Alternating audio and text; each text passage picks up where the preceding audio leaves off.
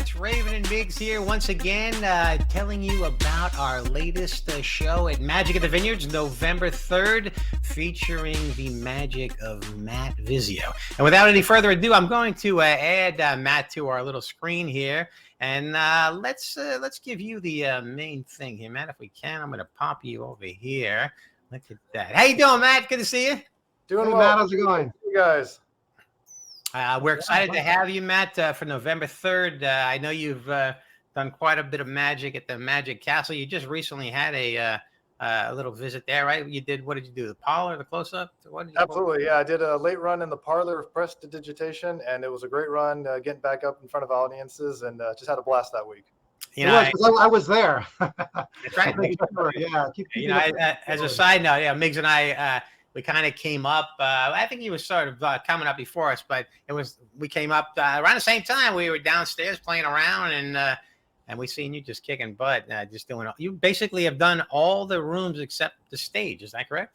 Yeah, that's the last one, and want to complete the Grand Slam hopefully sometime in the near future. But that is the next goal for sure. I'm right behind you, brother. I got the same amount of rooms now. So I remember you saying that, and I was like, wow, that sounds amazing. So now I've worked every room except that stage too. And one day maybe Jack will let Miggs and I do it together. So we'll MC it. We'd love to MC the room. Yeah, we're doing it now at the Vineyard, so it's like not really a big stretch. You know? Perfect for God's ears.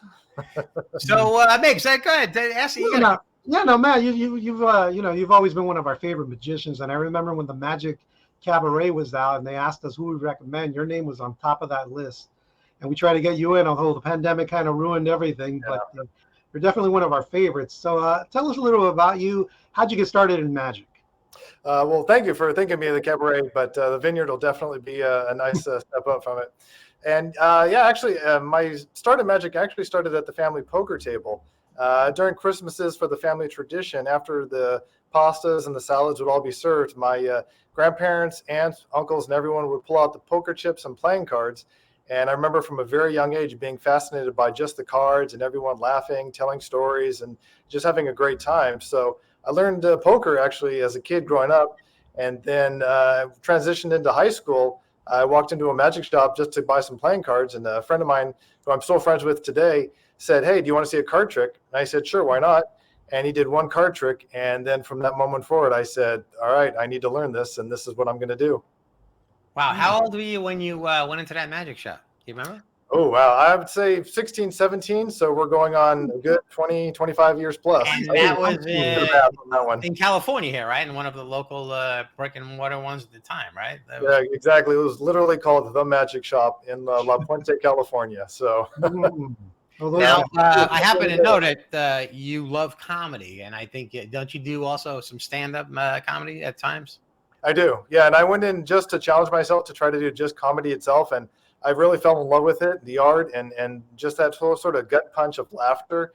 And so I always try to wing it into my act as well, in addition with the comedy. It's a great 1-2 punch with everything I do. One of the things we love about you, man, you're really funny, and the magic is really strong. So we knew we had to have you. So we're super excited. Let me ask you a question. What should we expect here for November 3rd at Magic at the Vineyards?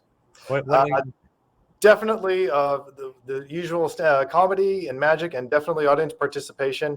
It's definitely a better show overall when the more people that get involved and interact with the show. So I'm definitely going to be going into the audience and pulling people out and making sure they're part of the show and not just being passive spectators. That's definitely one of the big things that I like to do. Fantastic. Good deal. Wow, man, many talents, from knowing you.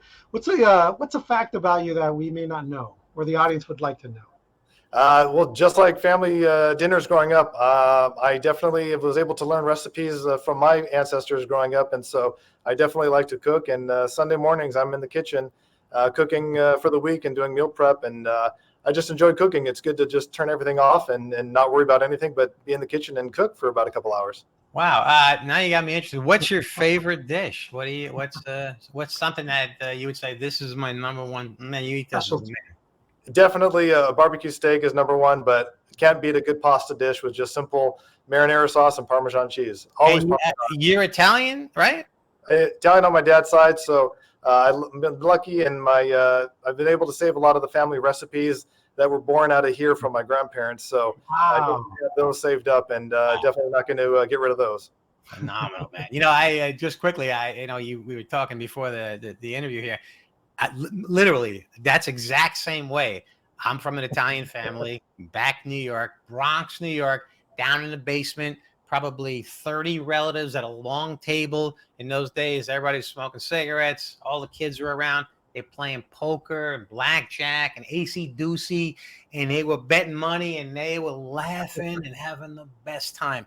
It's those moments, man, to this day, that I still remember that were amazing. And really, it's amazing, Matt, how those are some of the foundations of what we still do today, which is kind of cool. And I noticed that in our magic, I sort of bring out even some of the stuff that, kind of inspired me in our youth. So that's exciting, man. It's interesting that I didn't know that about you. So that's kind of, and I had no idea you were a good cook. Cool.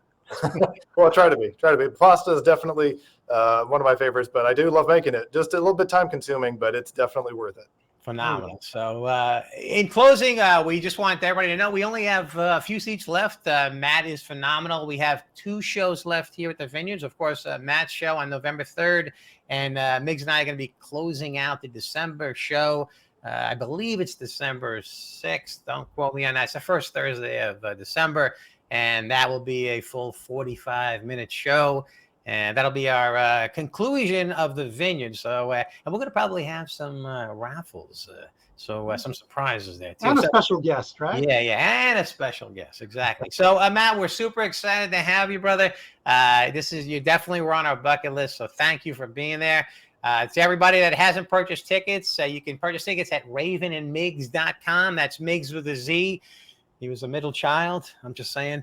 And anyway, so Migs and Matt, thank you for being part of the interview today. This is Raven saying until November 3rd, have a magical day. We'll see you next time.